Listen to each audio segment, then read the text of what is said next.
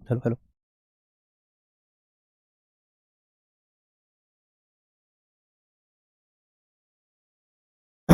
Hello everyone, कैसे हैं आप सभी लोग। मैं आर के, मैं तो आप सभी का एक बार फिर से तहे दिल से स्वागत करता हूं आपके अपने परिवार बैंकिंग बाय रोजगार विद अंकित। प्यारे बच्चों, एक बार कमेंट करके मुझे बताइएगा आप सभी को ये वीडियो ठीक तरीके से ऑडिबल और विजिबल है। आप सभी एक बार बता दीजिएगा बेटा, ये वीडियो आप सभी तक ठीक से ऑडिबल और विजिबल है ना। फिर हम अपनी क्लास को शुरू करेंगे यहाँ से। हम्म, जल्दी से बता दीजिए बेटा। सभी स्टूडेंट्स बताइए बेटा, कमेंट सबको करना है। हाँ, ऑल ओके है। Okay, thank you very much for this confirmation. एक सेकंड, इसको थोड़ा सा मैं फुल स्क्रीन कर लेता हूँ ताकि आपके कमेंट्स देख सकूँ। हाँ, अभी ठीक है। चलिए, तो अब करते हैं स्टार्ट फिर अपनी क्लास को यहाँ से। तो प्यारे बच्चों, ये आप लोगों की ग्रामीण बैंक भर्ती 2024-2025 की चौपाल बैच की क्लास है। चौपाल बैच बिल्कुल नया स्टार्ट हुआ है, अभी इसकी एक ही क्लास निकली है। अगर आप में से कोई ऐसा स्टूडेंट है जो अभी हमारे साथ नया जुड़ा है और उसने कल वाली क्लास नहीं देखी है, तो इस क्लास के खत्म होने के बाद वो क्लास एक बार जरूर देख लीजिएगा। काफी इंपॉर्टेंट क्लास है वो, और आपको बहुत कुछ सीखने जानने को मिलेगा। ठीक है, चलिए, ये एप्लीकेशन की क्लास का इशू है, बार बार कमेंट्स नीचे भाग जाते हैं। हाँ, अभी ठीक है। चलो, तो करें स्टार्ट फिर। तो प्यारे बच्चों, टेंस की आज हम क्लास सीखने वाले, टेंस के टॉपिक को आज हम देखेंगे बिल्कुल बेसिक से, बिल्कुल जीरो लेवल से स्टार्ट करेंगे। एक बहुत ही प्यारी शानदार सी लाइन से हम शुरू करेंगे क्लास को कि तुम बस मेहनत के बादल बनाओ, कामयाबी की बारिश होनी तय है। बिल्कुल सही बात है, आप सिर्फ मेहनत के बादल बनाइए, मेहनत करना शुरू कीजिए, कामयाबी की बारिश अपने आप होगी। तो इसलिए अभी आपको पूरी जान झोंक करके मेहनत करनी है। मैं हमेशा एक बात अपने बच्चों को कहता हूं कि मेहनत करने की उम्र में अगर आपने आराम कर लिया, तो आराम करने की उम्र में आपको 2 गुनी 3 गुनी मेहनत करनी पड़ेगी। हमेशा इस बात का याद रखें। ठीक है, चलिए, तो अब बिना देरी के शुरू करते हैं अपने टॉपिक को यहाँ से। तो प्यारे बच्चों, मैं ये मान करके पढ़ा रहा हूं, आप सारे बिल्कुल बेसिक से सीखने वाले स्टूडेंट हैं, आप लोग बिल्कुल जीरो से सीखने वाले स्टूडेंट हैं। ठीक है, चलिए, तो अब आप में से कोई बच्चा जो मेरे से पहले से पढ़ा हुआ है, तो प्लीज जो है दूसरे बच्चों को भी सीखने देना। आप लोगों को थोड़ा सा पेशेंस रखने की जरूरत है, ठीक है, आज की क्लास में, ताकि दूसरे बच्चों को भी सीखने का मौका मिले। वरना क्या होता है कि बच्चे कहते हैं सर ये तो मुझे टॉपिक आता है, सर मैं तो सिर्फ एडवांस पढ़ने आया हूं। नहीं बेटा, अगर आप एडवांस लेवल भी जानने आए हो ना, तो आपको जीरो से ही सिखाऊंगा मैं, क्योंकि मेरे लिए सारे बराबर है। ठीक है, चलिए, और इसके नोट कैसे बनाने हैं वो मैं अभी आज ही की क्लास में सारी चीजें मेंशन कर देता हूं। देखिए बेटा, आप लोगों को क्या करना है, जैसे कि कल तो इंट्रोडक्शन हुआ, कल के नोट्स नहीं भी बनाए तो कोई ऐसी दिक्कत नहीं है, आज से शुरू करेंगे। जैसे मैंने आपको यहां से पढ़ाना शुरू किया टेंस, ठीक है, आपका ऐसा तो है नहीं कि एक ही दिन में खत्म हो जाएगा भाई। इसकी करीबन 3 4 5 क्लास जो भी लगनी है वो आपकी लगेगी, लगातार चलती रहेगी। उसके बाद फिर आपका अगला वॉइस, फिर नरेशन, फिर कंडीशनल, फिर आर्टिकल, इस तरीके से टॉपिक आगे बढ़ेगा। ठीक है, तो आपको क्या करना है कि आपको इनके प्रॉपर डे बाय डे के टॉपिक बनाने हैं, मतलब सॉरी नोट्स बनाने हैं इन टॉपिक्स के। राइट, आप अपना एक रजिस्टर खरीद लीजिए। एक मैं आपको बढ़िया सा तरीका बता रहा हूं, मैं स्टार्टिंग के 5 10 मिनट आपको ये बताऊंगा कि पढ़ना कैसे है, फिर टॉपिक को शुरू करेंगे। कोई जल्दबाजी नहीं है कि परसों पेपर है सर जल्दी पढ़ाओ, ऐसा कोई जल्दबाजी नहीं है हमारे सामने। तो प्लीज आप भी ऐसा जल्दबाजी मुझे मत करवाइएगा। ठीक है, जैसे पढ़ा रहा हूं मुझे अपने हिसाब से चलने देना। ठीक है, आपको क्या करना चाहिए, ये मेरी एक सलाह है, आप माने ना माने वो आपकी मर्जी है। ठीक है, आप एक काम कीजिए, आप ना A4 शीट का एक बंडल खरीद लीजिए। क्या कीजिए, A4 शीट का बंडल ले लीजिएगा, तकरीबन 150 रुपए के आसपास आएगा वो। वन टाइम इन्वेस्टमेंट है, लाइफ टाइम काम आएगा। 150 रुपए का वो बंडल आएगा। ठीक है, और एक स्टेपलर खरीद लीजिए, स्टेपलर होता है ना स्टेपलर, वो खरीद लीजिए। और 4 फाइल खरीद लीजिए अलग अलग कलर का, 5 5 रुपए के आते हैं, 10 10 रुपए के फाइल आते हैं। जैसे एक ले लिया आपने ग्रीन कलर का फाइल, एक ले लिया आपने व्हाइट कलर का, एक ले लिया येलो और एक ले लिया रेड। ठीक है, अब क्या करना है, जैसे मान करके चलिए कि मैंने आपको टेंस पढ़ाया। ठीक है, टेंस का day 1 day 2 day 3 day 4 day 5, 5 दिन में आपका टेंस खत्म। आप क्या कीजिए, डेली का, जैसे मैंने आज आपको टेंस का पहला दिन का क्लास कराया, 4 5 टॉपिक टेंस के अंदर में मैंने आपको पॉइंट्स बताए। अब आप क्या कीजिए, शीट निकालिए, मतलब अपना पेज निकालिए और उसमें टॉपिक वाइज पूरा नोट बनाइए बढ़िया से। 5 दिन का हो गया, मतलब सॉरी 1 दिन का हो गया, फिर अगले दिन पढ़ाया, फिर निकाला, 2 पेज में 3 पेज में खत्म, फिर 4 पेज में खत्म। ऐसे करके जब आपका टेंस खत्म हो जाए, तो ऐसे करके स्टेपल मारो कि भैया टेंस मेरा इन 5 पेज के अंदर, 5 पेज का मतलब 10 हो गया, क्योंकि आगे पीछे वाला 10 हो गया पेज वो, तो 5 पेज यानी कि 10 साइड्स में मिला करके मेरा टेंस खत्म। अब उसको लाल वाली फाइल आपने इंग्लिश की बनाई है, लाल में डाल दो। वैसे ही रीजनिंग की येलो वाली बनाई है, येलो में डाल दो। ग्रीन वाली जी की बनाई है, जी में, हिंदी की बनाई है, हिंदी में, इस हिसाब से आप डालो। ठीक है, इस प्रकार इस तरीके से आप करेंगे तो इससे फायदा क्या होगा, फायदा नंबर 1 कि आपका ये जो नोट्स होगा वो लाइफ टाइम के लिए सेव हो जाएगा। कैसे लाइफ टाइम के लिए, कि जब आप जो है इसको नोट्स बना चुके होंगे, तो टॉपिक खत्म होने के बाद उनकी फोटो खींच लेना और उसको पीडीएफ बना लेना, और पीडीएफ बना के अपने मेल पे डाल लेना, वो लाइफ टाइम के लिए सेव हो गया। यानी कल को अगर खोखा भी गया तो टेंशन नहीं है। बच्चे गलती क्या करते हैं, वो स्पाइरल वाली फाइल खरीद लेते हैं और स्पाइरल वाली कॉपी खरीद के नोट्स बनाते हैं, गलती से भी खिंच गया, फाइल फट गया या एक भी पेज निकल गया तो वापस चिपक भी नहीं सकता, फिर वो बेचारा वो परेशानी रहता है, वो पेज की कहां लगाए वो दिक्कत रहती है। तो आप ऐसे में उस फाइल को बचा के रख सकते हैं। दूसरा फायदा कि होली दिवाली में जब घर की आप साफ सफाई करते हो, तो फाइल में रखी हुई चीज थोड़ी सेफ होती है, आपकी मम्मी भी देखती है, अरे भाई फाइल में है, इसका मतलब काम की चीज है, संभाल के रख देती हूँ। भाई कॉपी में होता है तो पता नहीं कहां है, फिर तो है ना, दिवाली में मम्मी साफ सफाई कर रही होती है, मोटी कॉपी देखती है, अरे कमाई वाला जा रहा है भैया 20 रुपए किलो। ठीक है, तो ऐसे में जो है ये आपका काफी फायदा देगा आपको, इसलिए आप ये खरीद लीजिएगा। और वन टाइम इन्वेस्टमेंट है, मतलब एक सलाह है मेरी, बाकी आपकी मर्जी है, जैसे भी नोट्स बनाना चाहे आप बना लेना। ठीक है, बाकी हम तो दे ही रहे हैं आपको, हैंड रिटन नोट्स मिल रहे हैं, पीपीटी पीडीएफ सब मिल रहा है। ठीक है, अब मुझे पढ़ाने दो, यहां से आपका टॉपिक होता है स्टार्ट। ठीक है बेटा, चलिए, मैं ये मान के पढ़ाऊंगा कि आप सारे बिल्कुल बेसिक से सीखने वाले हो। ठीक, जैसे कि आप सभी को पता है बेटा कि टेंस को हिंदी में क्या बोलते हैं, हम काल बोलते हैं। राइट, यही तो होता है ना, टेंस का मतलब क्या होता है, काल यानी कि समय। समय कि भाई भूतकाल, भविष्यकाल, वर्तमान काल, इस तरीके से हम इसको पढ़ रहे होते हैं। बचपन में भी आपने इसके बहुत बार टेंस के रूल को पढ़ा होगा, बहुत बार आपने टेंस को जानने समझने की कोशिश की होगी, लेकिन हर बार भूल जाते हैं, हर बार कंफ्यूजन हो जाती है, लेकिन अब नहीं होगी। बेसिकली देखो, हम टेंस को डिवाइड करते हैं बेटा 3 पार्ट में। कितने, तो ये 3 पार्ट में आपका टेंस ही डिवाइड हुआ। सबसे पहले आपका कौन सा टेंस होता है बेटा, इसको कहते हैं आपका प्रेजेंट टेंस, फिर हम पढ़ते हैं पास्ट टेंस, और फिर हम पढ़ते हैं आपका फ्यूचर टेंस। ठीक है, तो present tense, past tense and future tense, present tense, past tense and future tense. ठीक है, हिंदी मीनिंग आप जानते हैं, वर्तमान काल, भूतकाल, भविष्यकाल, इस तरीके से आपके बनते हैं। ठीक है, तो प्यारे बच्चों, आपका टेंस 3 तरीके के हुए, इनके अपने अपने काइंड्स अलग अलग हैं। जैसे कि आपका सिंपल अलग है, परफेक्ट अलग होगा, कंटीन्यूअस अलग होगा, परफेक्ट कंटीन्यूअस अलग होगा, बहुत सारे अलग अलग अलग टाइप के इसके बनते हैं। फिर इनके सेंटेंस भी बनते हैं। अब सर यहाँ पे क्योंकि हम जीरो लेवल से सीख रहे हैं, तो हमें सेंटेंस का फॉर्मेशन भी तो आना चाहिए, कहाँ पे डूडल्स लगाएं, कहाँ पे डिड लगाएं, ये भी तो बताए, है ना। तो चलिए बिल्कुल बताएंगे बेटा आपको, बिल्कुल भी आपको परेशान नहीं होना है यहाँ पे। इन सबको जानने सीखने समझने के लिए आपको इस बात का भी ध्यान होना चाहिए कि भाई हमारे पास जो है इसके कंप्लीट टेंस के रूल और इनके जितने भी काइंड्स होते हैं वो पता पहले हो जाए, क्योंकि ये मैं टॉपिक इस हिसाब से पढ़ाऊंगा, यही नहीं पूरा कंप्लीट इस हिसाब से इंग्लिश पढ़ाऊंगा कि आप लोग कल को कोई और भी एग्जाम दो ना, इस एग्जाम को क्रैक करने के बाद कोई और भी एग्जाम दो तो आराम से निकाल लो। ठीक है, देखो प्रेजेंट टेंस बेटा जब भी हम प्रेजेंट में कोई भी बात कह रहे होते हैं, यानी कि वर्तमान काल में अगर हम कभी कोई बात कह रहे होते हैं तो हम उस बात को बोलते समय श्योर हो सकते हैं, हाँ कि ना? जैसे मान लो मैं एक एग्जांपल कहता हूं, किसका एग्जांपल ले लूं? अमन सिंह का एग्जांपल लिया मैंने कहा कि अमन सिंह क्रिकेट खेल रहा है, तो भाई ये काम मैं होते हुए देख रहा हूं, है ना? तभी तो मैं कहूंगा ना कि अमन सिंह क्रिकेट खेल रहा है, ये काम मैं होते हुए देख रहा हूं, इसका मतलब मैं इसको बोलते समय श्योरिटी दिखा सकता हूं कि हाँ भाई अमन क्रिकेट खेल रहा है। यानी कि प्रेजेंट टेंस जो होता है वो कैसा एक्शन होगा? जस्टिफाइड एक्शन होगा। कैसा होगा बेटा? जस्टिफाइड एक्शन होगा, यानी कि श्योर एक्शन। जस्टिफाइड का मतलब होता है श्योर, यानी कि रियल का, जो सच में हो चुका है, मतलब हो रहा है। ठीक है, अच्छा मान लो मैं कह रहा हूं कि वो साक्षी खाना बना रही है, साक्षी पटेल खाना बना रही है, ठीक है, तो यहां पे मैं इस काम को होते हुए देख रहा हूं, साक्षी पटेल खाना बना रही है, मैं काम को होते हुए देख रहा हूं, तो ये बात मैं बोलते समय भी श्योर हो सकता हूं, हाँ भाई क्योंकि मैं तो होते हुए देख रहा हूं। ठीक है, अच्छा अगर कोई चीज पास्ट में हो गई, मान लो मैंने कहा कि जो है निष्ठा जो है उसने कल खाना बनाया था, ठीक है, तो ऐसे में वो काम पास्ट में घट चुका है, वो पास्ट में बात हो गया है, तो अगर वो चीज पास्ट में हो चुकी है तो हम उसको बोलते समय भी 100% श्योर हो सकते हैं ना, क्योंकि वो काम हो गया है। जैसे दिल्ली में बीजेपी जीत गई, ठीक है, तो ये काम भी हम 100% श्योर होकर के बोल सकते हैं क्योंकि भाई ये काम हो चुका है, पास्ट में घटना घट चुकी है। तो कहने का मतलब ये है बेटा कि आपके पास कभी भी कोई ऐसा एक्शन जो पास्ट में हो गया हो, आप इसको 100% श्योर होकर के बोल सकते हो, तो हम उसको क्या कहते हैं बेटा? जस्टिफाइड एक्शन कहते हैं। किस क्या बोलते हैं? तो जस्टिफाइड एक्शन बोलते हैं।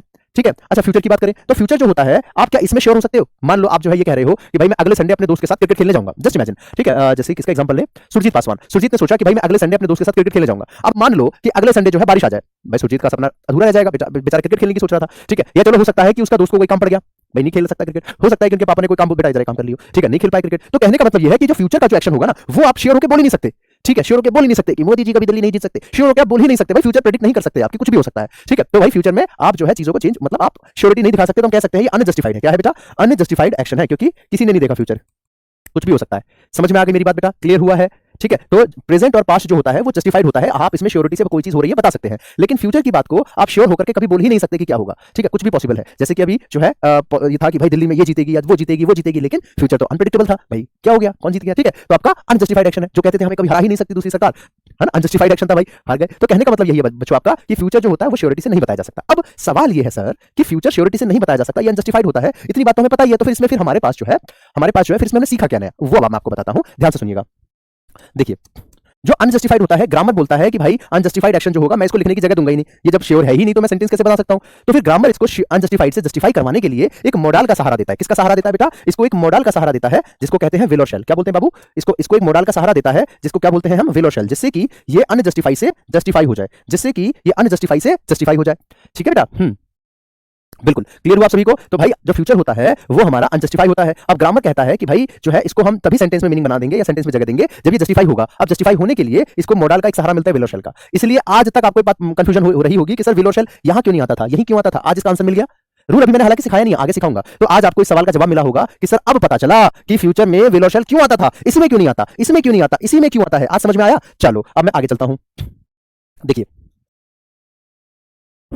अब आगे की बात समझाता हूं, ध्यान से सुनना बेटा। जैसे अब हम कहते हैं किसी भी सेंटेंस को जब लिखा जाएगा तो उसका स्ट्रक्चर कैसा होता है? Structure of sentence, structure of sentence. Sentence लिखने का तरीका क्या होता है जब भी हम सेंटेंस लिखते हैं बेटा? कैसे लिखा जाता है उसको? हाँ आगे बताएंगे बेटा, मॉडल वगैरह सब चीजें होगी बेटा। अच्युत दत्ता, अच्छा नाम है बेटा आपका। देखिए तो कैसे किया जाएगा, जब भी सेंटेंस बनाते हैं तो उसका स्ट्रक्चर ऐसे होता है, सब्जेक्ट, फिर आपका वर्ब, फिर आपका ऑब्जेक्ट, या अदर वर्ड भी हम कह सकते हैं, ऑब्जेक्ट या आपका अदर वर्ड। जरूरी नहीं है कि हर बार ऑब्जेक्ट ही आएगा, अदर वर्ड भी आ सकता है, आपका एडवर्ब भी आ सकता है, आपका कॉम्प्लीमेंट भी आ सकता है, कुछ भी आ सकता है। ठीक है, तो अभी हम ऑब्जेक्ट ही पढ़ने के लिए सिर्फ ऑब्जेक्ट लेके चल रहे हैं। देखो बेटा, अगर हम ये कहें कि भाई मेरे पास सेंटेंस के अंदर सब्जेक्ट है, वर्ब है, लेकिन मेरे पास ऑब्जेक्ट नहीं है, तो क्या सेंटेंस बन जाएगा? मेरे पास सेंटेंस में सब्जेक्ट है, मेरे पास वर्ब है, ऑब्जेक्ट नहीं है, अब बन जाएगा? बिल्कुल बन जाएगा, बिना ऑब्जेक्ट के सेंटेंस बन सकता है। ठीक है, अच्छा सिचुएशन नंबर 2, अगर मेरे पास ऑब्जेक्ट है, मेरे पास ऑब्जेक्ट कह रहा हूं, मेरे पास वर्ब है, मेरे पास ऑब्जेक्ट है, इस बार क्या नहीं है बाबू? इस बार क्या नहीं है? सब्जेक्ट नहीं है, तो क्या अब बन जाएगा? बताइए क्या अब बन जाएगा? ये सर अभी भी बन सकता है। ठीक है, अच्छा सिचुएशन नंबर 3 कि मेरे पास सब्जेक्ट है, मेरे पास ऑब्जेक्ट है, इस बार क्या नहीं है बेटा? इस बार वर्ब नहीं है, अब बन जाएगा? नहीं बन सकता, अब नहीं बन सकता। तो हमने यहां पे क्या सीखी है बेटा? यहां पे हमने क्या सीखा कि बिना हमारे ऑब्जेक्ट के सेंटेंस बन सकता है, बिना सब्जेक्ट के सेंटेंस बन सकता है, लेकिन बिना वर्ब के दुनिया का कोई भी सेंटेंस नहीं बन सकता। अभी मैं आपको एग्जांपल पीछे देके बताऊंगा, अब बिल्कुल परेशान मत होना। ठीक है, तो हमने क्या सीखा बेटा? बिना ऑब्जेक्ट के सेंटेंस बन सकता है, बिना सब्जेक्ट के सेंटेंस बन सकता है, लेकिन बिना वर्ब के दुनिया का कोई भी सेंटेंस नहीं बनाया जा सकता। बिना वर्ब के कुछ होता ही नहीं है बच्चों, बिना वर्ब के कोई सेंटेंस बन ही नहीं सकता। यहां तक याद हुआ? देखो अगर क्लियर ना हो, कहीं पे कोई डाउट आ जाए तो पूछना कि सर ये वाला रिपीट कर दो या ये वाला बता दो, मैं जरूर बताऊंगा। और अगर क्लियर होता जाए तो यस सर ऑल क्लियर, आगे बढ़ो, कुछ ना कुछ ऐसे लिखते रहिए जिससे कि कॉन्फिडेंस में रहूं मैं कि हाँ क्लियर हो रहा है, तो हम आगे बढ़ते चले जाएंगे। राइट, तो यहां पे आप एक बार बता दीजिएगा कि यस सर क्लियर हो गया है। तो हमने क्या सीखा कि हम बिना ऑब्जेक्ट के सेंटेंस बना सकते हैं, हम बिना सब्जेक्ट के सेंटेंस बना सकते हैं, लेकिन क्या बिना वर्ब के बनेगा? तो नहीं बन सकता। एग्जांपल भी देके बताता हूं आपको। ठीक है, तो कभी भी बिना वर्ब के सेंटेंस पॉसिबल ही नहीं है, बन ही नहीं सकता, चाहे कुछ भी हो जाए। ठीक है बेटा, चलो अब आगे चलते हैं। अब बिना वर्ब के कैसे नहीं बनेगा? हाँ, अब बिना वर्ब के नहीं बनेगा। एग्जांपल तो सर दे दो, अभी देता हूं एग्जांपल। ठीक है, बिना एग्जांपल के तो आपको हर चीज अधूरी लगेगी ना, तो एग्जांपल भी जरूरी है। देखो, जैसे मैंने कहा कि द लायन रॉट्स, ठीक है, द ओल्ड मैन डाइड, ठीक है, एक और, open the door, call your mother, call your mother. ठीक है, ये 4 सेंटेंस हम देखते हैं जरा, इनकी एक बार बात करें। देखो, द लायन रॉर्स, इस सेंटेंस की बात करें बेटा, हमारे पास सेंटेंस में लायन हो गया सब्जेक्ट, रॉर हो गया हमारा वर्ब। क्या हमारे पास ऑब्जेक्ट है? नहीं है ना, फिर भी बना कि नहीं बना? सेंटेंस बन गया। सेकंड, द ओल्ड मैन, ये सब्जेक्ट है, द ओल्ड मैन ये सब्जेक्ट हो गया, डाइड ये हमारा वर्ब हो गया, तो सब्जेक्ट है वर्ब है, अगेन देखो ऑब्जेक्ट है क्या? नहीं है। तीसरा, open the door, open verb हो गया, डोर आपका ऑब्जेक्ट हो गया, यहाँ पे सब्जेक्ट ही नहीं है, फिर भी बना ना। ठीक है, ये भी बन गया, ये भी बन गया, ये भी बन गया। यहाँ पे आ जाओ, कॉल योर मदर वर्ब है, ये आपका ऑब्जेक्ट है, यहाँ पे सब्जेक्ट नहीं है, ये भी बन गया। हालांकि यहाँ पे सब्जेक्ट जो बेटा अंडरस्टूड होता है, यहाँ पे सब्जेक्ट हम यू मानते हैं, यू अंडरस्टूड होता है कि you call your mother, you open the door, you shut the mouth, है ना, यू गो अवे, इस तरीके से जो हम बोलते हैं ना, ये यू अंडरस्टूड होता है, जो कि लिखने की जरूरत नहीं होती। ठीक है, तो open the door, call your mother, shut, है ना, इस तरीके से, शट योर माउथ, ऐसे। चलिए, चलो क्लियर।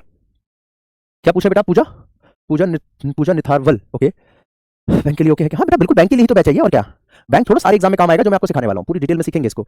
चलो क्लियर हुआ यहाँ तक आपको? तो मैंने क्या सिखाया? बिना सब्जेक्ट के सेंटेंस बन सकता है, देखिए कोई सब्जेक्ट नहीं लिखा यहाँ पे। बिना ऑब्जेक्ट के सेंटेंस बन सकता है, देखो कोई ऑब्जेक्ट नहीं लिखा यहाँ पे। बिना सब्जेक्ट के बन गया, बिना ऑब्जेक्ट के बन गया। अब बिना वर्क के चेक करें एक बार, चलो check, mic testing 1 2 3, check check check. देखो अब बिना वर्क के चेक करके देखते हैं बनता है कि नहीं बनता। देखो जैसे कि हमने कहा यहाँ पे, हमने सेंटेंस लिया, 4 तो वहां था, 5वां यहाँ देते हैं। आप में से क्या नाम है इनका, कौन सा कान? मुस्कान का, इनका एग्जांपल देके बताते हैं। जैसे हमने कहा कि मुस्कान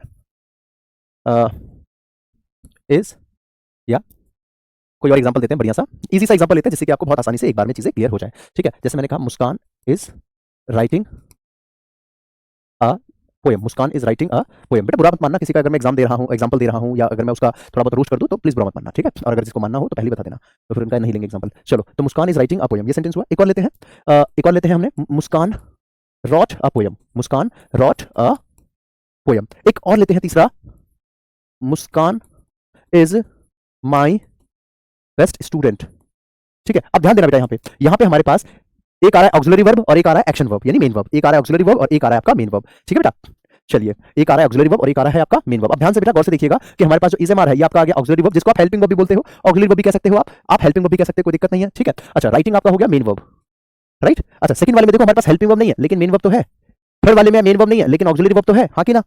हाँ कि ना? बिल्कुल। तो मेरे प्यारे बच्चों, आपने क्या सीखा कि यहाँ पे इंग्लिश में ऐसा हो सकता है कि मेन हो हेल्पिंग ना हो, हेल्पिंग हो मेन ना हो, और ये भी हो सकता है कि मेन और हेल्पिंग दोनों हो, लेकिन ऐसा कभी हो ही नहीं सकता कि मेन और हेल्पिंग दोनों ही ना हो। जैसे कि मुस्कान माई बेस्ट स्टूडेंट, ये बन ही नहीं सकता, क्योंकि यहाँ पे वर्ब ही नहीं है, ना हेल्पिंग और ना मेन, यहाँ पे कुछ है ही नहीं, तो ये आपका गलत हो गया।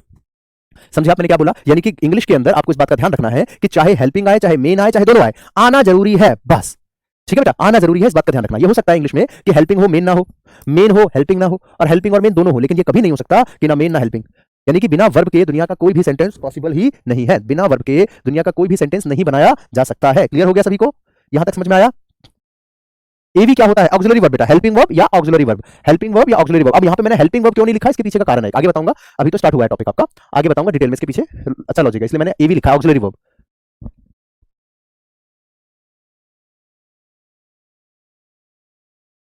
क्लियर?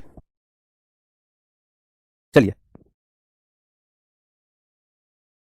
ओके, अब मैं आगे चलूँ बेटा, यहां तक क्लियर हो गई सारी बातें आपको? देखिए सर, मेरी रीडिंग स्किल बहुत कमजोर है, मैं ट्रांसलेशन में दिक्कत होती है। ओके, एक बच्ची है, वो उसका ये बार बार कॉपी पेस्ट आ रहा है कि सर उसको रीडिंग स्किल इंप्रूव करनी है, राइट। आप में से कितने बच्चों को यही दिक्कत है?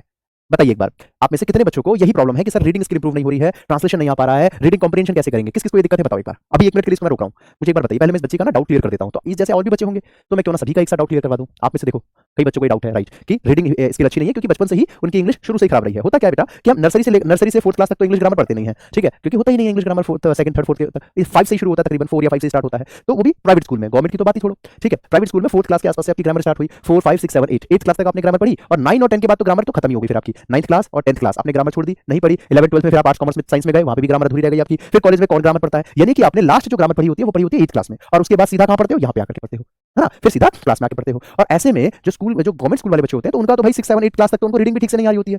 फिर क्या किया जाए? सर बैंकिंग का एग्जाम निकालना है मेरे को, है ना, बैंकिंग का नहीं तो कम से कम एसएससी तो निकले या और अदर निकले, तो फिर क्या करें? देखो, बैंकिंग का लेवल बाबू एसएससी के लेवल से फर्क ज्यादा अलग है थोड़ा सा, इस बात का पहले आप ध्यान रखो। देखो, बैंकिंग का लेवल ये है, बैंकिंग का इंग्लिश ये है, और एसएससी की इंग्लिश बेटा ये है। ये फर्क है। अगर आपने इस लेवल की चीज पढ़ ली तो क्या ये कभी दिक्कत देगा आपको? कभी नहीं। ये अगर आपने इस लेवल की तैयारी कर ली तो ये तो अपने आप निकल जाएगा।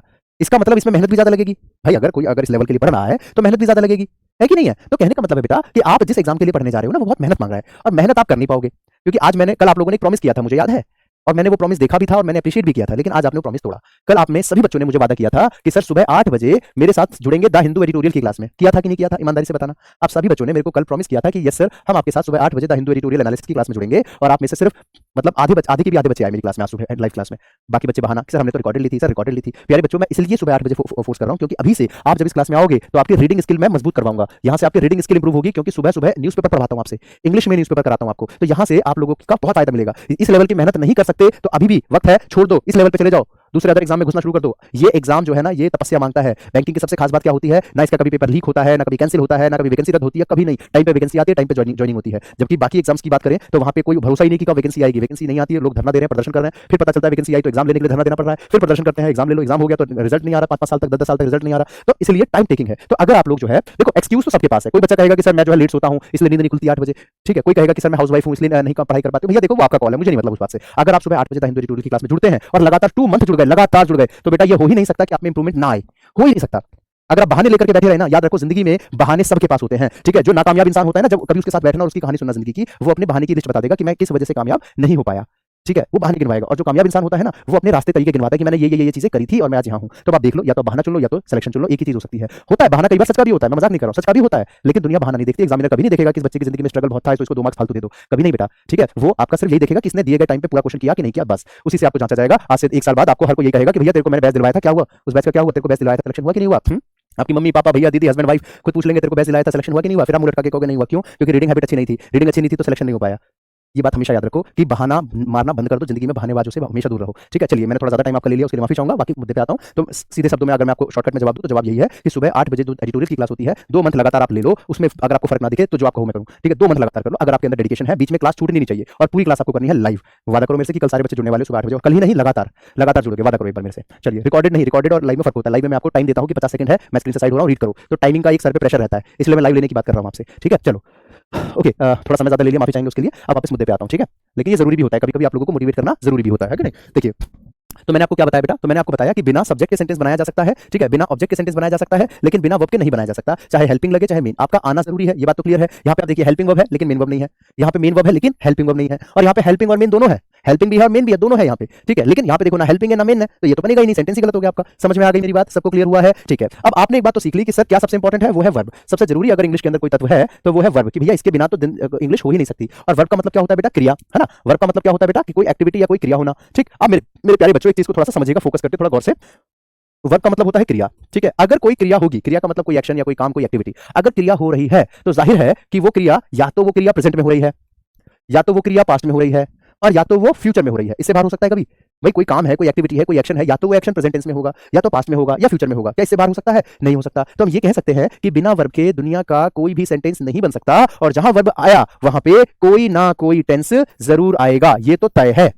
फिर से सुनो, बिना वर्ब के दुनिया का कोई सेंटेंस नहीं बन सकता, और जहां वर्ब आया वहां पे कोई ना कोई टेंस जरूर आएगा। तो हम इन शॉर्टकट में हम ये कह सकते हैं कि बिना वर्ब के, सॉरी, दुनिया के हर सेंटेंस में कोई ना कोई टेंस छुपा होता है। सभी सेंटेंस के अंदर, सभी वाक्यों के अंदर कोई ना कोई टेंस छुपा होता है। यहां तक डन हो गया सभी को? बोलो यस, क्लियर हुआ कि नहीं? जल्दी से बताओ, सभी को क्लियर हो गया है? अब देखो बेटा, यहां पे अब हमारे पास इसके कुछ रूल होते हैं जो आपको सीखने चाहिए, ठीक है। अब हमारे पास टेंस के कुछ नियम कानून होते हैं, वो आपको सीखने चाहिए। इसके काइंड्स होते हैं, वो आपको आने जरूरी है, ठीक है। अब जैसे हम यहाँ पे बात करें टेंस के रूल्स के बारे में, राइट, तो आप देखिए, हमारे पास आगे था प्रेजेंट टेंस, फिर आपका था पास्ट टेंस, फिर फ्यूचर टेंस, और उसी के फिर 4 आपके काइंड बनते हैं। नाम सुना होगा आपने, simple, continuous, perfect, perfect continuous, इस तरीके से सबके अपने अपने अलग अलग नियम कानून होते हैं, अलग अलग सबके रूल होते हैं, ठीक है। तो अब हमारे पास इनको याद कैसे किया जाए? टेंस के रूल सर बहुत कंफ्यूज करते हैं, होता है ना, बचपन से आप लोगों के साथ भी ये दिक्कत रही होगी कि सर टेंस के रूल ना बहुत परेशान करते हैं इंग्लिश के अंदर कई बार, है ना। हाँ या ना, सही बोल रहा हूँ कि नहीं बोल रहा? आप में से कितने ऐसे बच्चे हैं जिनको टेंस के रूल में दिक्कत है? ईमानदारी से बताना। देखो, टीचर, डॉक्टर और वकील, इनसे कभी कुछ छुपाना नहीं चाहिए, क्योंकि आपने छुपाया तो नुकसान आप ही का है। तो ईमानदारी से बताना, आप में से कितने ऐसे बच्चे हैं जिनको टेंस के रूल्स में दिक्कत होती है? जल्दी से बताइए, बताओ, जिनको टेंस के रूल में दिक्कत होती है।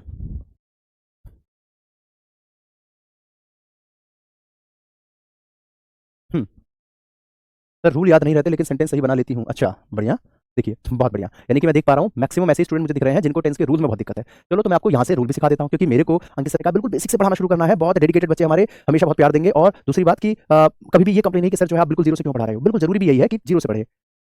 बहुत बढ़िया। तो अब करना स्टार्ट करते हैं। देखो रूल्स ऑफ टेंस, अब टेंस के रूल्स जो है इनको कैसे किया जाए, ध्यान से सुनिएगा बेटा। देखो अब टेंस के रूल मैं एक ही झटके में आपको सारी क्लियर कर देता हूँ, और आज ये मेरा वादा है कि आज की क्लास के बाद आप एक पल को अपना नाम भूल सकते हो, लेकिन टेंस का रूल नहीं भूलोगे, ये बात की मैं गारंटी लेता हूँ, पक्का। ठीक है, देखो लिखिएगा कंप्लीट रूल्स ऑफ टेंस। ठीक है, देखो इधर हमने लिखा प्रेजेंट टेंस, इधर लिखा हमने पास्ट टेंस, और इधर लिखा हमने फ्यूचर टेंस।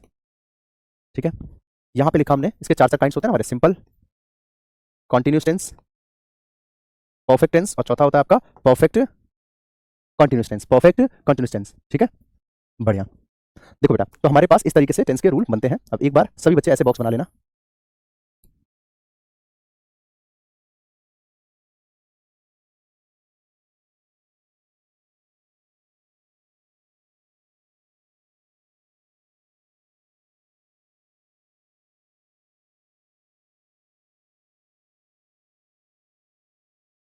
जल्दी जल्दी बना लो बेटा,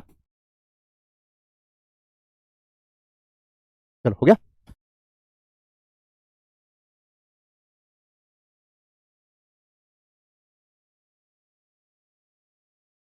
ये हो गया प्रेजेंट का, आपका हो गया पास्ट का, हो गया आपका फ्यूचर का। चलो जल्दी से बना लो बेटा, साइड हो जाता हूँ मैं। जब ये बन जाए सारे बॉक्स तो एक बार बोल देना ये सब बन गया। देखो एक बच्चा पूछ रहा है सर कोर्स कब कंप्लीट होगा। ये भगवान क्या बोलूँ मैं, आज पहला दिन है, क्लास का दूसरा दिन है, और ये पूछ रहा है कोर्स कब कंप्लीट होगा। बहुत बढ़िया दीपक मोरे, बहुत शानदार बेटा, अच्छा सवाल किया।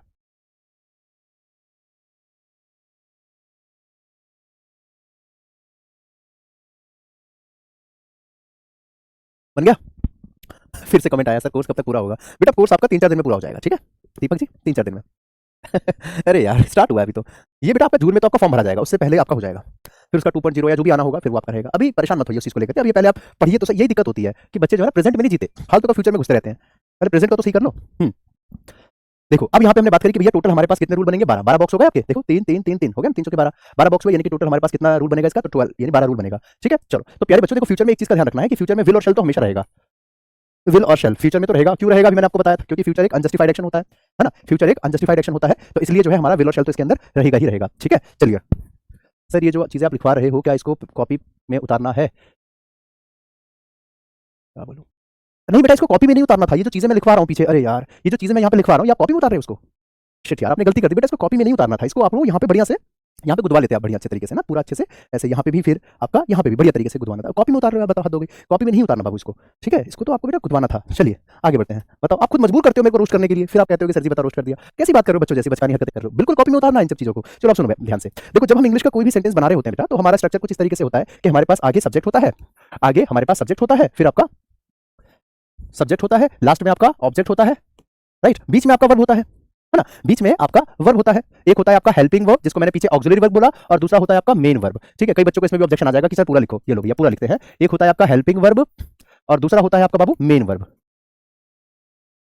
ठीक है, मेन वर्ब, एक हेल्पिंग और एक मेन। ठीक है बेटा चलिए, तो अब मेरे प्यारे बच्चों जो मेन वर्ब होती है उसकी कुछ फॉर्म्स होती है जिसको हमको देखना होता है। ठीक है, मेन वर्ब की फर्स्ट फॉर्म, मेन वर्ब की सेकंड फॉर्म, मेन वर्ब की थर्ड फॉर्म, इस तरीके से होता है बेटा वर्ब की फॉर्म बनती है हमारे पास। जैसे कि हमारे वर्ब की फॉर्म कुछ इस तरीके से है, फर्स्ट फॉर्म, फिर आपका सेकंड फॉर्म, फिर आपका थर्ड फॉर्म, ऐसे करके वर्ब की फॉर्म बटी होती है। वर्ब के फर्स्ट फॉर्म की अगर मैं बात करूं, जैसे एग्जांपल के तौर पे मैंने कहा जैसे गो, सेकंड फॉर्म क्या होगी बेटा इसकी, गो, फिर आपका वेंट, और थर्ड फॉर्म हो जाती है गॉन। और इसी गो को हम गोस बोलते हैं बेटा ही शी इट के साथ, हाँ या ना, गो वेंट और गॉन। और लेते हैं जैसे ईट, फिर एट, और फिर आपका ईटन, ईट एट ईटन, और इसी ईट को बेटा हम क्या बोलते हैं, ईट्स बोलते हैं। ही शीट के साथ इसको ईट्स बोला जाता है, राइट। अच्छा यहाँ पे और आगे चलते हैं, ईट एट ईटन, फिर अगला आता है बेटा राइट रॉट रिटर्न, इस तरीके से आपका होता है राइट, सेकंड फॉर्म होता है बेटा आपका रॉट, और थर्ड फॉर्म हो जाता है आपका रिटर्न।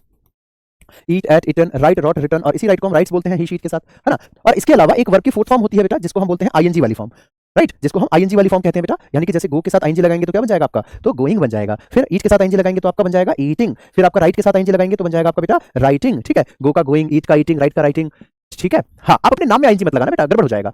आप अपने अपने नाम के आगे एनजी लगा करके पढ़ के देखो, स्माइल आ जाएगी अपने आप चेहरे पे। ठीक है, वो बच्चा लगा रहा है, देखो रोमा कह रही है सर मेरे नाम में एनजी तो लग सकता है, बहुत बढ़िया बेटा, फिर तो तुम वर्ब हो। रोमा के आगे एनजी लगा लो, क्या बन जाएगा आपका, रोमिंग। चलो अगला, वो चमन पूछ रहा है सर मेरे नाम में आएंजी, हाँ बिल्कुल बन जाएगा बेटा चमनिंग। प्राची पूछ रही है सर मेरे नाम में आएंजी, तो पर्चिंग हो जाएगा आपका। आगे बढ़ते हैं, तो हमने क्या बोला बेटा कि कहीं पे भी मैं V4 कहूँ, V4 का मतलब क्या हो जाएगा आपका आईएनजी। ठीक है, तो पूछना मत कि सर V4 लिखा है तो ये इसका मतलब क्या है, कहीं पे भी मैं आगे V4 लिखूं तो समझ लेना कि वहां पे मैं आईएनजी की बात कर रहा हूँ। ठीक है, हाँ सर हम तो हिंदी वाले हैं, लेकिन आपकी क्लास इतनी अच्छी लगने लगी कि अब यही देखते हैं और हिंदी छोड़ दी। अरे नहीं नहीं बेटा, आपकी मर्जी है, वो तो आपकी इच्छा है। देखिए, तो अब यहाँ पे बेटा आपके पास जो सारे रूल बनेंगे वो कैसे कैसे बनेंगे, सुनो ध्यान से। सबसे पहले हम क्या करते हैं, हम अपने मेन वर्ब की बात कर लेते हैं ना, पहले मेन वर्ब को खत्म करते हैं। देखो मेन वर्ब कैसे होगा खत्म, सुनिएगा। कहीं पे भी अगर आपका कंटिन्यूअस टेंस आ जाए तो हमेशा V4 लगाओ, ठीक है।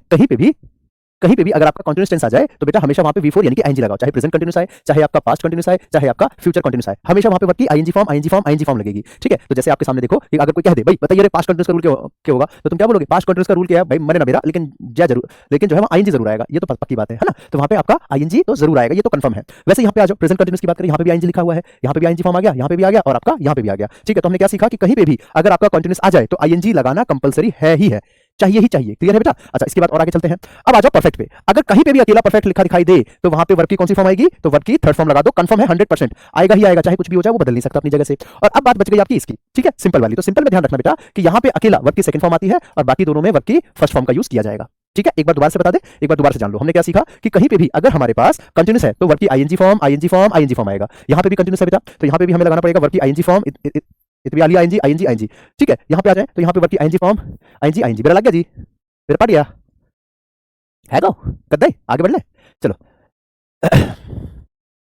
चलो अब देखें क्या है। अब यहाँ पे हमने देखा बेटा अलग अलग भाषाएं होगी, थोड़ी बोली हरियाणवी, थोड़ी यूपी की, चलो होता है बीच बीच में, थोड़ा हंसी मजाक चलते रहना चाहिए ना। देखो तो हमने क्या सीखा कि कहीं पे भी अगर हमारे पास कंटिन्यूअस आ जाए तो आईएनजी लगाना कंपलसरी है, ठीक है, चाहे हमारा वो कंटिन्यूअस प्रेजेंट हो, पास्ट हो, चाहे फ्यूचर कंटिन्यूअस हो, present perfect continuous, past perfect continuous, future perfect continuous. यानी कि आपका देखो सब्जेक्ट और ऑब्जेक्ट तो हमें पहले ही पता होता है कि आगे सब्जेक्ट होगा, पीछे ऑब्जेक्ट होगा, ठीक है। मेन और हेल्पिंग की बात बस आती है, ठीक है। अब मेन वर्ब तो मैंने सारी याद करा दी आपको, कंटिन्यूअस कहीं आ जाए मेन वर्ब की third form, sorry ING form, perfect कहीं पे भी आ जाए तो थर्ड फॉर्म। बस सिंपल में ध्यान रखना है कि सिंपल पास्ट में वर्ब की सेकंड फॉर्म और सिंपल प्रेजेंट और सिंपल फ्यूचर में आपका फर्स्ट फॉर्म है ना, फर्स्ट फॉर्म। अब आते हैं हेल्पिंग वर्ब पे, ठीक है। अब हेल्पिंग वर्ब की बात करें, सुनो ध्यान से, अब हेल्पिंग वर्ब को कैसे करेंगे बेटा, देखिए हेल्पिंग वर्ब के लिए ध्यान रखना कि ये जो पहला वाला लाइन है सिंपल वाला, ठीक है, तो अब पहला वाला जो है आपका सिंपल, इसमें ध्यान रखना कि यहाँ पे आपका एस या ईएस का यूज किया जाता है हेल्पिंग वर्ब, वो भी सिंगुलर के साथ, है ना, सिंगुलर के साथ वहां पे एस या ईएस का यूज किया जाता है। कैसे, जैसे मैं एक एग्जांपल देता हूं कि निकिता कुमारी अच्छा खाना बनाती है, तो निकिता कुक्स टेस्टी फूड, क्योंकि निकिता सिंगुलर है बेटा, सिंगुलर हो ना आप, क्योंकि मैं क्यों बताऊं, चलो निकिता, ऐसे मतलब सेंटेंस में वो सिंगुलर है, तो सिंगुलर है तो एस ईएस आता है, आप सभी को पता है कि वो सिंगुलर के साथ हमेशा एस ईएस लेता है बेटा। अगर मैं थोड़ा बहुत बीच बीच में मस्ती कर लेता हूं, आप लोगों के नाम को अगर थोड़ा रोस्ट कर दूं तो प्लीज बुरा मत मानिएगा, ठीक है। अगर किसी को लग रहा हो बुरा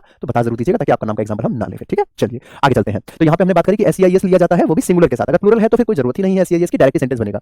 यहाँ पे आ जाओ, यहाँ पे कोई हेल्पिंग वर्ब नहीं होती, सिंपल पास्ट एकमात्र ऐसा टेंस होता है जो कोई हेल्पिंग वर्ब नहीं लेता है अफर्मेटिव में। यहाँ पे कोई एसईएस, कोई वॉज वर्ब, कोई जरूरत नहीं है। यहाँ पे आ जाओ फ्यूचर में, यहाँ पे भी कुछ नहीं चाहिए, क्यों, क्योंकि पहले से ही देखो विल और शैल दिया गया है, पहले से ही आपके पास दे रखा है विल और शैल, है ना। यहाँ पे आ जाओ, कंटिन्यूअस की बात करते हैं, तो कंटिन्यूअस जो होता है, अब यहाँ पे हमारे पास अब उल्टी गिनती में, यानी कि कह लो उल्टे क्रम में यहाँ पे हेल्पिंग वर्ब आएगा। सबसे पहले यहाँ पे आएगा 3, फिर 2 और फिर 1, ऐसे करके क्रम वाइज चलेगा। सबसे पहले 3 आएगा, कौन कौन सा, इज एम आर, यहाँ पे हेल्पिंग वर्ब आया आपका क्या बेटा, तो इज एम आर। फिर यहाँ पे आपका 2 ही बचेगा, कौन कौन सा, तो वॉज वर्ब, और फिर यहाँ पे अकेला एक ही बचेगा, वो कौन सा बेटा, तो बी, ठीक है, is am are, was verb और बी, राइट बेटा, is am are, was verb और बी, राइट, इस तरीके से। अच्छा, उसके बाद थर्ड पे आ जाओ, फिर थर्ड पे आता है आपका परफेक्ट। यहाँ पे क्या होता है कि तीनों जो है हमारे पास परफेक्ट टेंस, तीनों में आपका हेल्पिंग वर्ब एच से बनना चाहिए, ठीक है। किससे बनना चाहिए, तो एच से बनना चाहिए, एच वाले टर्म से, राइट। तो यहाँ पे बेटा आपका एच से बनना चाहिए, तो कैसे बनेगा, तो सबसे पहले प्रेजेंट टेंस लिखा हुआ है, तो इसका आपका हेल्पिंग वर्ब बनेगा हैज या आपका हैव, हैज या आपका हैव, ये आपका बनेगा परफेक्ट में हैज और आपका हैव। अच्छा, उसके बाद पास्ट की बात करते हैं बेटा, तो पास्ट होता है आपका हैड, और फिर फ्यूचर की बात करते हैं बेटा, तो फ्यूचर में आपका क्या होता है बेटा, तो यहाँ पे होता है आपका हैव, राइट। ये ध्यान रहे कि विल और शैल तो रहेगा ही रहेगा फ्यूचर में, ये तो रहेगा ही, चलो ठीक है। अच्छा, यहाँ पे हमने यहाँ पे क्या सीखा, मैं फिर से बताता हूँ, ध्यान से सुनना, मैंने क्या बताया।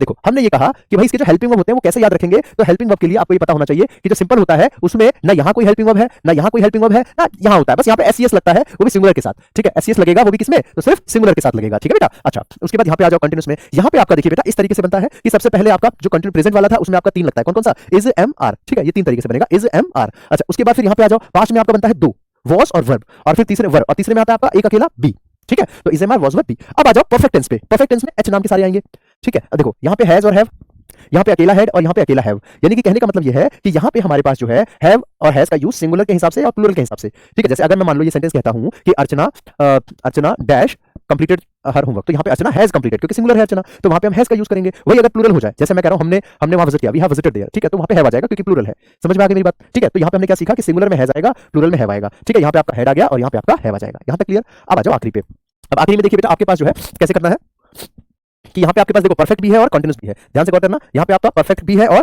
कंटिन्यूस भी है। देखिए परफेक्ट का परफेक्ट, कंटिन्यूस का कंटिन्यूस, दोनों है बातें। आप कैसे करेंगे, तो इसका मतलब यह है कि कुछ चीज हम लेंगे कंटिन्यूस से और कुछ चीज हम लेंगे परफेक्ट से। कैसे, देखो कंटिन्यूस से हमने मांग लिया आईएनजी फॉर्म, वर्ब की आईएनजी फॉर्म हो गई, ठीक है।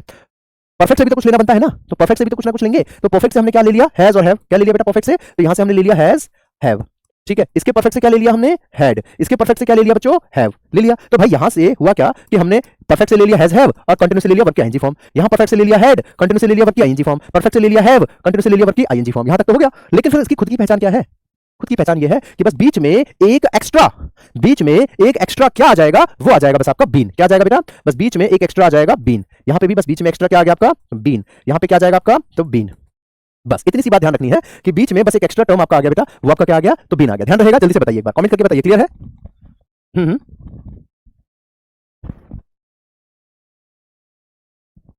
जल्दी से उतारो। बस बीच में आपका एक्स्ट्रा क्या बन गया बेटा, तो आपका एक्स्ट्रा बीन, बीन और बीन। ठीक है, बस इतना। चलिए आगे चलते हैं। तो यहाँ तक सारा क्लियर हो गया, एक बार वाइज मार लेते हैं। तो मैंने आपको क्या बताया कि भाई सेंटेंस कभी भी बनाते हैं तो ध्यान रखना है कि आगे सब्जेक्ट ऑब्जेक्ट तो रहता ही है, बस यहाँ पे हेल्पिंग वर्ब, यहाँ पे हमेशा आईएनजी रहेगा, कंटीन्यूअस में आईएनजी आईएनजी। ठीक है, यहाँ पे आईएनजी आईएनजी आईएनजी रह गया। परफेक्ट में ध्यान रखना कि यहाँ पे वर्ब की थर्ड फॉर्म। सिंपल में ध्यान रखना है आपको कि यहाँ पे वर्ब की सेकंड फॉर्म और दोनों में फर्स्ट फॉर्म आ गया। ठीक है, बस बीच में आपका वर्ब की सेकंड फॉर्म और बाकी दोनों में फर्स्ट फॉर्म का यूज किया जाएगा, हो गया। अच्छा, उसके बाद फिर और आगे हमने क्या देखा कि कंटीन्यूअस के रूल में अब हेल्पिंग वर्ब की बात करें तो यहाँ कोई हेल्पिंग नहीं, यहाँ कोई हेल्पिंग वर्ब नहीं, यहाँ पे भी नहीं होता, लेकिन यहाँ पे सिंगुलर के लिए बस छोड़ते हैं एस और यस। जो सिंगुलर है तो एस लगाओ, प्लूरल है तो एस मत लगाओ, डायरेक्ट फर्स्ट फॉर्म लगा दो। जैसे दे गो टू स्कूल है ना, प्लूरल है। वही अगर मैं कहता हूँ कि कशिश स्कूल जाती है तो कशिश गोस टू स्कूल, एस लग गया। अच्छा, वही कंटीन्यूअस की बात करें तो यहाँ पे 3, यहाँ 2, यहाँ 1, तो यहाँ पे 3 इज एम आर, यहाँ पे वॉज वर और यहाँ पे अकेला बीन। यहाँ पे हेल्पिंग वर्ब एच से बनते हैं सारे, यहाँ हैज हैव, यहाँ हैड और यहाँ पे हैव। लास्ट की बात करते हैं तो यहाँ पे हैज हैव लिया आईएनजी फॉर्म, हैड लिया आईएनजी फॉर्म, हैव लिया आईएनजी फॉर्म, बस एक्स्ट्रा क्या आ जाएगा, तो बीन बीन बीन, बस तीनों में हमारा बीन आ जाएगा। तो आज की क्लास में मैं ये मान के चलता हूं कि मैं आगे से जो आपको पढ़ाऊंगा तो वहां पे आप लोगों को मैं ये मान के पढ़ाऊंगा कि आपको टेंस के रूल आते हैं। कल को ये मत कहना सर ये आपने सेंटेंस कैसे लिख दिया सर, इसका तो रूल मुझे आता ही नहीं है, ये आप ना बोल पाओ, इसलिए मैंने आज की क्लास में अच्छे से सिखा दिया। मैं आगे ये मान के पढ़ाऊंगा कि आपको टेंस के रूल आते हैं। तो अगर आपका कोई भी मित्र, यार, दोस्त, भाई, बंधु, फ्रेंड, कलीग कोई भी अगर बेटा हिंदी ले चुका है तो उसको एक बार जरूर कह देना कि भाई तुम हिंदी की क्लास भले ही कर लो लेकिन बाद में रिकॉर्डिंग में इंग्लिश को भी जरूर देख लो। ठीक है, क्योंकि ये आपके आगे के एग्जाम्स में काम आ सकता है। ठीक है, इस बात का ध्यान रहे। जैसे कई बच्चों को रुझान होता है ना तो हिंदी ही लेंगे, तो भाई जब आपने फीस दी है और आपको दोनों चीजें मिल रही है तो दोनों का मजा लो, है ना, दोनों चीज सीखो। अब आप मान के चलो आप होटल में गए और आपने जो है 10 रुपए दिए या कोई भी एक्स अमाउंट दिया, 10 रुपए 20 रुपए जो भी दिए, अब आपको जो 2 तरीके की चॉकलेट मिल रही है, ये भी मिल रही है और ये भी मिल रही है, तो भैया आप एक ही क्यों खाओ, दोनों खाओ ना, जब उतने रुपए में दोनों मिल रहा है तो। इसलिए अगर कोई भी दोस्त आपका जो हिंदी ही ले रखा है उसको बोलना इंग्लिश भी कम से कम टाइम निकाल के रिकॉर्डिंग देख लो, काम आएगा आगे आपके। ठीक है, चलिए ओके, एक लास्ट बात और कहना चाहूंगा, अगर किसी बच्चे को कुछ डाउट है, मेरे से डायरेक्ट बात करनी है, टेलीग्राम पे मेरे को 6 बजे के आसपास डायरेक्ट कॉल कर सकता है। 6 बजे के आसपास टेलीग्राम पे मैं तब फ्री रहूंगा। मैं दिल से चाहता हूं कि आप लोगों की जितनी ज्यादा हो सके मैं मदद कर सकूं, क्योंकि टेलीग्राम पे चैटिंग का टाइम तो होता नहीं है ना, लाखों बच्चे, हम कितने बच्चों से बात कर पाएंगे। ठीक है, तो चैटिंग नहीं हो पाती है तो, और ऊपर से कंटेंट बना रहे होते हैं तो टाइम नहीं होता है। तो अगर किसी भी बच्चे को कुछ पूछना है, कोई डाउट है, तो मैं टेलीग्राम पे कॉलिंग का ऑप्शन मैं खोल दूंगा, मैं खोलता हूं टाइम पे और फिर बंद भी कर लेता हूं। तो मैं 6 बजे में थोड़ा देर पहले ही मैं टेलीग्राम पे कॉलिंग ऑप्शन खोल दूंगा। मैं आप चाहें तो उस पे आप मेरे से जो डाउट है आपके पूछ लीजिएगा, लेकिन शॉर्ट में पूछना, ये नहीं कि लंबी अपनी बातें शुरू कर दो, शॉर्ट में अपनी बात पूछ लेना। ठीक है, और अगर बिजी जा रहा हो, यानी कि आपसे पहले कोई और कर चुका है, तो आप थोड़ा वेट कर लेना, थोड़ा वेट कर लेना। नंबर नहीं दे सकते यहाँ पे, वो अलाउ नहीं है। इवन कॉलिंग पे भी बात करना वो मैं अपनी तरफ से कर रहा हूं आपसे टेलीग्राम कॉल पे, वरना वो भी नहीं करते टीचर लोग तो। ठीक है, वो भी मैं अपनी तरफ से कर रहा हूं। बाकी टेलीग्राम पे कैसे जुड़ना है वो तो आपको वैसे पता ही है, नहीं पता है तो आप बहुत गंदे बच्चे हो, आपको पता होना चाहिए टेलीग्राम पे कैसे जुड़ना है। वैसे यहाँ पे जब आपने एप्लीकेशन पे डाउनलोड किया है तो वहाँ पे मिल गया होगा ऑप्शन, यहाँ आता है। बाकी फिर भी ना पता चले तो दूसरा तरीका भी है, यहाँ पे फ्री कोर्स पे क्लिक करना। ठीक है, यहाँ ऑल सेलेक्ट करना, ऑल प्लस बैंक, यहाँ पे बैंक फाउंडेशन लिखा है और यहाँ पे टेलीग्राम लिखा हुआ है, इस पे क्लिक कर देना, आप उसमें जुड़ जाओगे। एडमिन में मेरा नाम देख लेना, वहाँ से आप मेरे से अपना डाउट पूछ सकते हो। और अगर 1% को आपसे मैं बात नहीं भी कर पाया तो बाद में कॉल बैक जरूर कर लूंगा, ये मेरी आदत है, भले उस समय नहीं कर पाया फिर, लेकिन बाद में जरूर कर लेता हूँ, क्योंकि मैं 1 घंटा देता हूँ बच्चों को, जिसको पूछना पूछ ले। जिसका पहले आगे कॉल तो उसका रिसीव हो गया, जिसका बाद में वो वेटिंग में रह जाता है, फिर हो सकता है पहले दिन बात ना हो पाए, अगले दिन हो जाए, मैं अगले दिन कर लूंगा। ठीक है, लेकिन मेरा ये प्रॉमिस है कि मैं आप लोगों का साथ कभी नहीं छोड़ूंगा, आप लोगों को हमेशा सपोर्ट करूंगा, ये मेरा वादा है। बाकी मेरी क्लास का शेड्यूल अगर आपको जानना है, सुबह 8 बजे हिंदी ट्यूटोरियल की क्लास होती है, जिसमें आप लोगों ने प्रॉमिस किया है कि सुबह 8 बजे मेरे साथ जरूर जुड़ोगे। मैं देखना चाहता हूं कितने बच्चे जुड़ रहे हैं मेरे साथ कल, और क्लास में आके बताना कि यस सर मैं चौपाल बैच से हूं। क्लास में कमेंट करके बताना सुबह 8 बजे। उसके बाद 10:30 बजे एसबीआई की क्लास होती है प्रैक्टिस, 1 बजे उड़ान बैच होती है, 3 बजे चौपाल बैच, और ये 5 लिखा है, ये 4:30 हो जाएगा क्योंकि ना क्लास क्लैश कर रही थी 5 बजे ना, 2 क्लासेस एक साथ क्लैश कर रही थी तो उसको 4:30 कर दिया, इसको अपडेट करना। ठीक है, 4:30 पे क्लास है। ठीक है, चलिए, तो उम्मीद कर रहा हूं आपको वीडियो पसंद आई होगी। अगर पसंद आई है तो कमेंट जरूर कीजिएगा, क्लास कैसी लगी, फीडबैक जरूर दिया कीजिए। टेलीग्राम पे आप अपना फीडबैक जरूर दिया कीजिए, ऑफलाइन के कमेंट बॉक्स में भी फीडबैक दिया कीजिए। चलो, मिलता हूं आपसे नेक्स्ट क्लास में, यानी कि आपकी 4:30 बजे वोकैब विस्तार की क्लास, और उसके बाद कल सुबह 8 बजे द हिंदू ट्यूटोरियल की क्लास में। तब तक के लिए सभी प्यारे बच्चों को bye bye, take care, keep learning, keep growing, keep smiling, keep charming. जय हिंद, जय Bharat, love you all, take care, bye.